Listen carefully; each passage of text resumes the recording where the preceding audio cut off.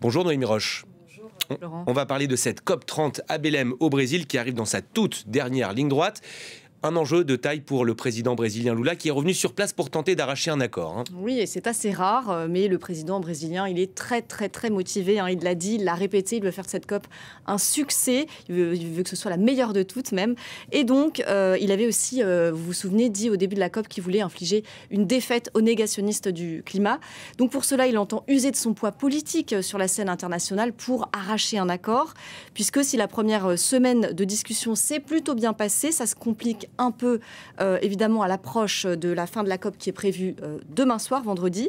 Alors, mercredi, avec son énergie légendaire, Lula est revenu donc à Belém et il a rejoint le président de la COP, André Correa do Lago, qu'on a vu un peu plus tôt sur ces images. Il a aussi rencontré l'ensemble des principaux blocs diplomatiques, les petits États insulaires, le groupe Afrique, les pays émergents, dont la Chine et l'Inde, et puis l'Union européenne, pour appeler à dépasser les clivages face à l'urgence climatique. On va l'écouter.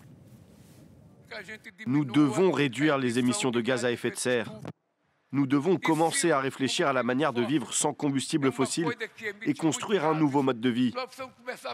Tous les dirigeants mondiaux doivent comprendre que prendre soin du climat, c'est prendre soin de la préservation et de la survie de la planète Terre. Et comme nous n'avons pas encore trouvé d'autres endroits où nous pouvons survivre,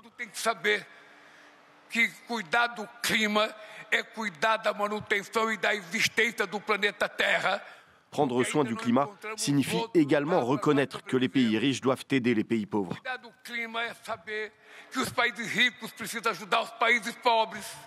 Lula qui évoque donc 2 points de blocage, le financement des pays riches à l'intention des plus vulnérables et cette question toujours aussi sensible des énergies fossiles. Oui, puisque même si les sujets de désaccord sont nombreux, on ne va pas rentrer dans les détails, c'est sur ce dernier sujet que Lula veut avancer en priorité. Il veut absolument aboutir à une feuille de route pour sortir des énergies fossiles. C'est un engagement qui avait été pris à la COP28 de Dubaï, mais qui est resté lettre morte depuis.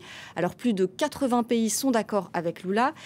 Il plaide pour une décision qui engage vraiment les pays à mettre en place cette transition hors des énergies fossiles, un engagement un peu plus contraignant, mais face à eux, il y a les pays producteurs de pétrole, notamment comme l'Arabie Saoudite, qui sont un peu plus frileux, qui s'y opposent. Lula donc plaide pour un consensus. Pour lui, il faut montrer que c'est possible de sortir peu à peu du pétrole, du charbon et du gaz, mais il ne veut rien imposer à personne. Donc l'idée, ce n'est pas de fixer un délai à cette sortie. Il veut, je cite, que chaque pays puisse décider des choses qu'il peut faire à son rythme, selon ses possibilités. Et ce texte, donc cette feuille de route, elle est plutôt soutenue par les défenseurs du climat. On va écouter la militante écologiste Camille Etienne qui s'est rendue au Brésil en voilier.